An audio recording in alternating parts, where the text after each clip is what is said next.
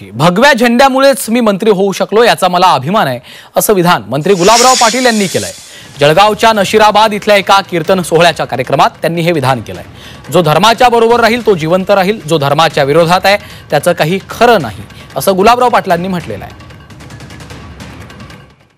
कारण की या भगव्या झेंड्यामुळेच मी मंत्री होऊ शकलो याचं सांगायला मला अभिमान वाटतो।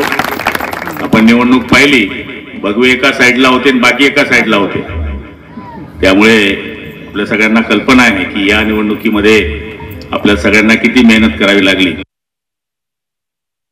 सध्या जो धर्माबरोबर राहील तोच जिवंत राहील, जो धर्माच्या विरुद्ध राहील त्याचं काही खरं नाही आहे। त्यामुळे धर्मकार्य आणि भगवा झेंडा याच्यावर सगळ्यांनी कायम एकनिष्ठ राहणं आणि एकजूट राहणं ही काळाची गरज आहे। आपण किती जातीपातीत वाटलो याच्यापेक्षा आपण पहिले हिंदू आहोत, मग इतर जातीचे आहोत।